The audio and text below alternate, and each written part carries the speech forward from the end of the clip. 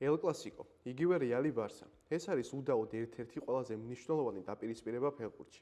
ყველაზე ძვირადღირებული ფეხბურთელები ეჯიბრებიან ერთმანეთს გოლებში და უხეშობაში და მოედანზე ღორის თავები მიფრინავენ.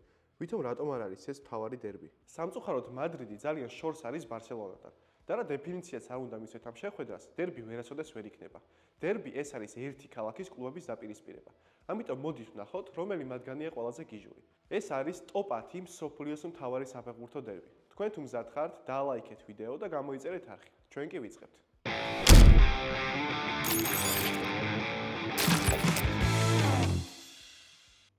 მე-10 ადგილზეა მერსისაიდული დერბი, ლივერპული-ევერტონი, რომელიც ძალიან დიდი ხნის განმავლობაში მთავარი ბრიტანული დაპირისპირება იყო. კლუბებმა ჯამში 28 ჩემპიონის ტიტული მოიპოვეს. ეს უფრო მეტია, ვიდრე ლონდონურ კლუბებს აქვთ. და არ დაგვავიწყდეს, რომ პრემიერ ლიგის შექმნამდე ევერტონი არ იყო საშუალო დონის კლუბი. ამიტომ სტატისტიკა წითლების ხარესაა, მაგრამ სხვაობა დიდი არ არის. და საერთოდ, ლურჯების ფანები თავიანთ გუნდს თვლიან მთავარ კლუბად მერსისაიდის საგრაფოში, ხოლო ლივერპულს საცოდავ დანამატად მიიჩნევენ. რადგან ევერტონი ქალაქის მთავარი გუნდი იყო და ენფილდ როუდზე თამაშობდა. და როდესაც ლურჯები გადავიდნენ სხვა არენაზე, ენფილდის ბაზაზე ჩამოყალიბდა ლივერპული.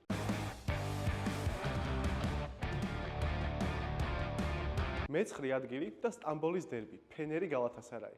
და ეგრევე შესანიშნავი წინაპირობა. კლუბები მდებარეობენ ერთ ქალაქში, მაგრამ სხვადასხვა კონტინენტზე, ბოსფორის სხვადასხვა სანაპიროებზე. ფენერი მდებარეობს აზიაში, ხოლო გალათასარაი ევროპაში. და კლუბის ფანები უბრალოდ ვერ იტანენ ერთმანეთს. ეს დაპირისპირება ხშირად გადადის ზღვარს. სტამბოლის დერბი არის ყველაზე სისხლიანი მსოფლიო ფეხბურთში. 80-იან წლებში აქ სიკვდილიანობა იმდენად მაღალი იყო, რომ გულშემატკივრებს აუგზავნეს გასვლით შეხვედრებზე დასწრება.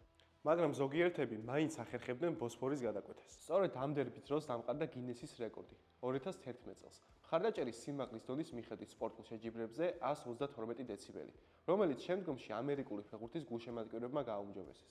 წარმოიდგინეთ, ეს უფრო ხმამაღალია, ვიდრე რეაქტიული თვითმფრინავის ძრავის ხმა.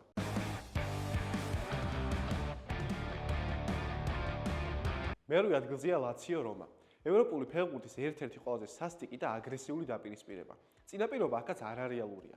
ლაციოს ერთ-ერთი ყველაზე დიდი ფანი და ამავე დროს ჰიტლერის მეგობარი ბენიტო მუსოლინი ოცნებობდა ყველა რომაული კლუბის გაერთიანებას. პროექტს ხელი მოკიდა იტალო ფოსტიმ, რომელმაც 3 რომაული კლუბის შერწყმით მიიღო რომა.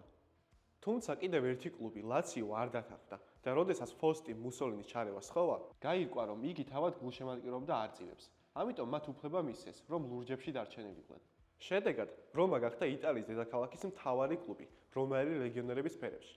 ხოლო ლაციოს გულშემატკივრობა დაიწყეს რომის ირგუნ მცხოვრებმა და ულტრამემარჯვენე შეხედულებების მომხრეებმა. სწორედ ასე დაიწყო.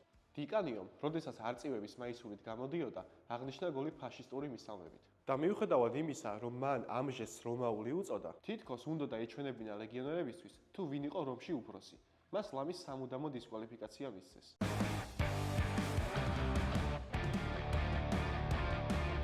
მე-7 ადგილი და ჩრდილო ლონდონური დერბი, არსენალი ტოტენჰემი. წინა საუკუნის დასაწყისში მეთოფეები გადავიდნენ ჰაიბერიზე და ტოტენჰემის უახლოესი მეზობლები გახდნენ, მაგრამ ოფიციალური ომის გამოცხადება პირველი მსოფლიო ომის შემდეგ მოხდა.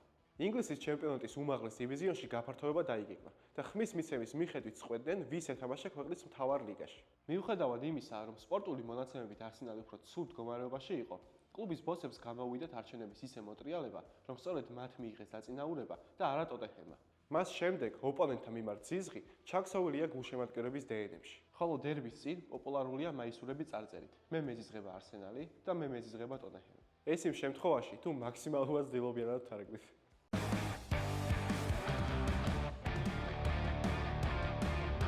მე-6 ადგილი და 2 სუპერ დაპირისპირება, რეალი ატლეტიკო და ბარსელონა ესპანიოლი. მადრიდული დერბის მთავარი ხიბლია კლასობრივი დაპირისპირება.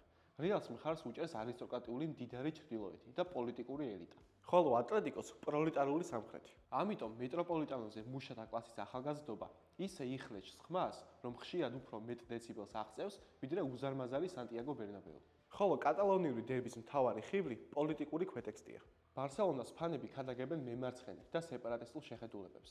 ესპანეთისგან გამოყოფა კი მთავარი სურვილია, ხოლო ესპანიოლის გულშემატკივრები უფრო ლოიალურები არიან ცენტრალური ხელისუფლების მიმართ. მათ სახელიც კი ესპანიოლი აქვთ და გვირგვინი ემბლემაზე. ეს სამეფო კლუბია.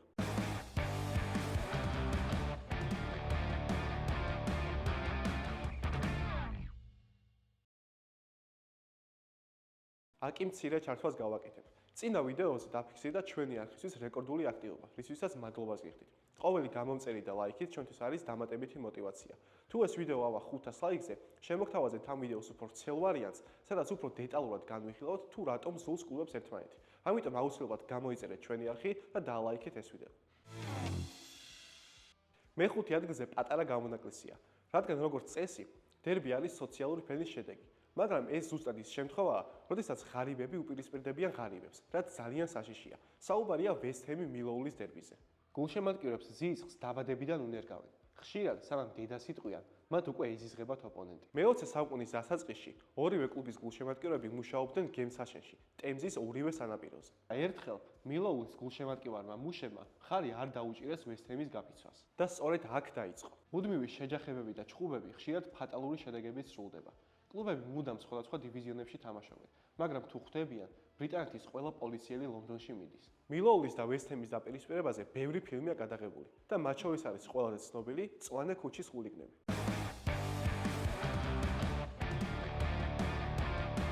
მე-4 ადგილი და დროა გავცდეთ ევროპას. სამხრეთ ამერიკული სუპერ დერბი ბოკა რივერი. სტატისტიკის მიხედვით, არგენტინის მოსახლეობის 70% თვალს ადევნებს ამ დაპირისპირებას და ერთ-ერთ კლუბს მხარს უჭერს.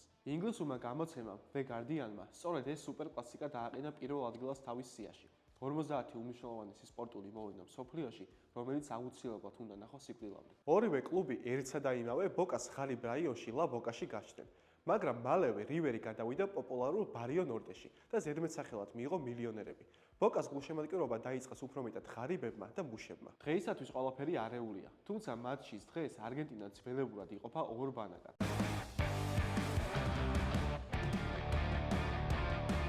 ბრინჯაოს იღებს მანჩესტერული დერბი თავისი სიძველის გამო. ერთ-ერთი უძველესი დაპირისპირების პირველი შეხვედრა ჯერ კიდევ 1891 წელს ჩატარდა. იცოდით, რომ მთავარ მანჩესტერულ კლუბად სიტი ითვლებოდა და მათი მეინ როუდი სიდიდით მეორე იყო უემბლის შემდეგ. მაგრამ დროთა განმავლობაში იუნაიტედი იმდენად ძლიერი გახდა, რომ სიტისთან დაპირისპირებამ აზრიც კი დაკარგა. მაგრამ 21 საუკუნეში სიტის გამოუჩნდა მდიდარი მფლობელები და მათი დაპირისპირება განახდა ახალი ძალებით.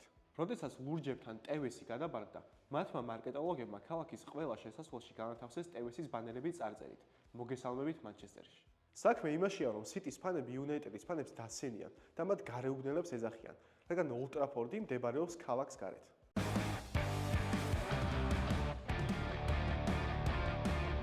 მეორე ადგილზეა დერბი დელა მადონინა, ინტერის და მილანის დაპირისპირება. მოკლედ, ჯერ იყო მილანი, რომელიც დააარსეს ინგლისელებმა. შემდეგ კლუბში დაიწყო უთანხმოება უცხოელი ფეხბურთელების გამო და მილანს გამოიყო ჯგუფი, რომელმაც შექმნა ინტერნაციონალე. სახელიდან უკვე გასაგებია ახალი კლუბის სიყვარული ლეგიონერთა მიმართ.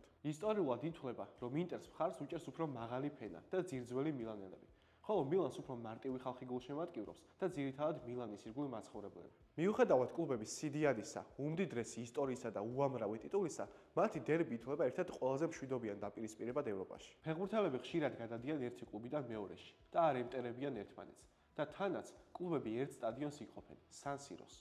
ამასთან დაკავშირებულია ერთი სასაცილო ფაქტი, რომელიც 2003 წელს მოხდა. ჩემპიონთა ლიგის ნახევარფინალიდან ფინალში მილანი გავიდა სწრაფად გატანილი გოლის წყალობით, თუმცა ორივე შეხვედრა სან სიროზე გაიმართა.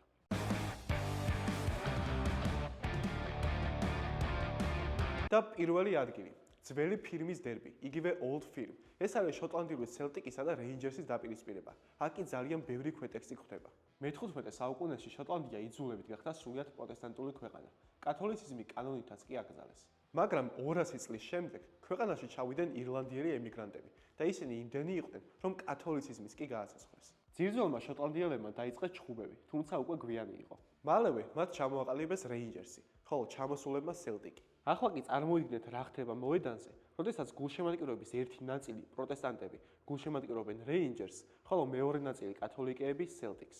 პირველები სტადიონზე კიდებენ Union Jacks და დიდი ბრიტანეთის ერთიანობას ემხრობიან, ხოლო მეორეები ძირითადად გამოფენენ ირლანდიურ სიმბოლოებს და შოტლანდიის გამოყოფის მომხრეები არიან. ეს დერბი სტადიონზე და ბარებში უფრო მეტ ხალხს კრებს, ვიდრე ყველა დიდი შოტლანდიური გაზეთის ტირაჟი. ამიტომ ყველა პოლიტიკური მოვლენა ქვეყანაში წყდება გულშემატკივრების მიწვევით. ეს სწორედ ის შემთხვევაა, როდესაც დერბი უფრო მეტია, ვიდრე ფეხბურთი.